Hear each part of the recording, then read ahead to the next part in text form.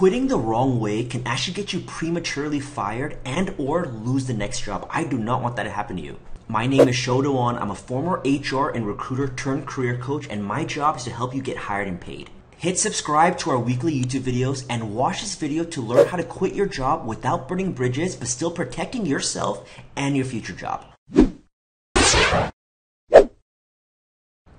In this video, I'll talk about when to quit, how to quit, and then the aftermath. Let's first start with when.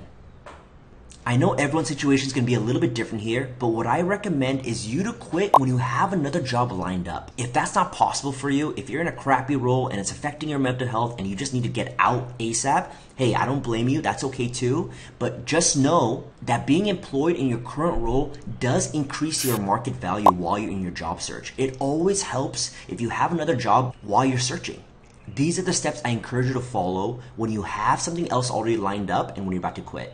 But I don't recommend you to quit immediately when you are on the job hunt. I recommend you when everything is finalized. Follow these steps here. First, you should have gotten a verbal offer and already negotiated that salary, sign-on bonus, and start date for this new role. Negotiations can happen at different times during the interview process, but usually when it's final is when they give you the offer and they ask you, hey, how long is your notice period? They're asking when you can start. And a hint for negotiating your start date, a lot of recruiters will try to pressure you to start immediately right after your notice period, but it's perfectly okay for you to tell them, hey, I need a couple of weeks break. I actually want to start on this date, maybe after a vacation or doing something else. I actually would recommend you to take a break before you start something else, especially if you've been working at your current role for a couple of years. Everyone needs a little reset, so it's okay if you tell the recruiter, hey, I need this time, and can we actually start at this date? So now that you've gotten your verbal offer, you've negotiated on the start date, on the salary, and all those good things, now it's time to wait for the written offer.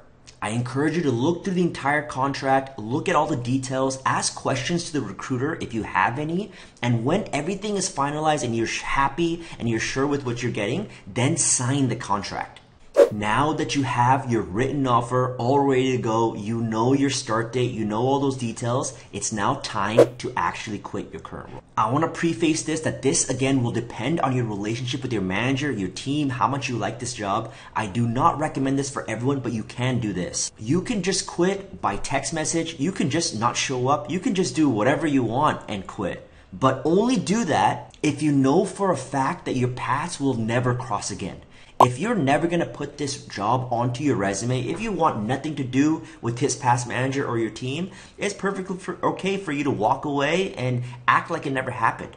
But again, that's for the minority. I know majority of us were probably in a job that was decent, that was good, that maybe we even enjoyed. So if that's your situation, then I want you to do this instead. So first, don't just immediately tell HR. I want you to tell your manager first. And you do that by scheduling a one-to-one meeting with that person. It could be through in-person, it could be through Zoom, it could be through the phone, but I recommend face-to-face. It's natural to feel nervous in these conversations, but just know that they've also quit in their careers. They've probably had people quit to them before too, so they know the deal. But this is the general outline you can follow for this conversation. First, thank them for their time today, thank them for their management, thank them and let them know that this decision was not an easy one. Then let them know that you're putting in your notice. And typical notice period is 2 weeks in the US. For Asia, for Europe, it could be anywhere from 1 to 3 months. So I recommend you to follow your contract and go with what is stated there. Let them know after your notice period that your last date will be on this date. And then finally, again, thank them for their time, thank them for their management, and let them know that you're happy to help with the transition. You're happy to help the team as you sort out the last couple weeks. Do you have to do this? Do you have to show this courtesy? You technically don't, but again, the world is so small. You never know when you're going to cross paths again. You never know if you might work with them again. You never know if you might need a reference from them or a referral. So you want to do your best to leave on good terms, and I think that's a good way to do it. Let your manager first know of that you're quitting and your last date there. Now that you know what to do, I want to emphasize on what you should not do, because I have seen these mistakes cost people their job and or their future job. What you don't want to tell them, or what you don't need to tell them, is where you are going. You don't need to tell them if you're going to another competitor, if you're staying in this industry, if you're going somewhere else. You do not need to tell them that information. And you also don't need to give them an overly long notice period. I've heard stories where people give 3 to 6 months notice period, letting them know that, hey, I'm going to be quitting on this date, in this month. And I've seen it actually backfire where the employer was saying, hey, if you're not going to be here for 36 months, I don't need you now, and them losing their job and losing that security. So my 2 cents, just give them the notice period that's written on your contract. Also, you don't want to have this conversation prematurely. Don't let your boss know that you're currently interviewing somewhere or that you're talking to people about getting a new job, no matter how good of a relationship you have with them. You never know how people's perception of you can change. I know even if you have a good relationship, you're like, hey, I know they're on my side. You just never know. I've heard the craziest horror stories. I don't want that to happen to you. Only let them know when it's official, it's signed, and you know you're going to go to that new role in the next couple of weeks. Now that you wrapped up that meeting with your manager, now it's time to email that manager and CC HR so everyone's in the know. This email will serve as proof as you quitting your job, and you can use this script right here to email HR and let them know your last date and anything else you want to include there. After this, HR may reach out and want to do a phone call with you or an exit interview with you. And my recommendation is when you have this conversation, just keep things as neutral as possible. I know it's easy to talk about all the things that went wrong and why you're leaving, but again, you never know when paths are gonna cross. You never know of who's gonna talk to who.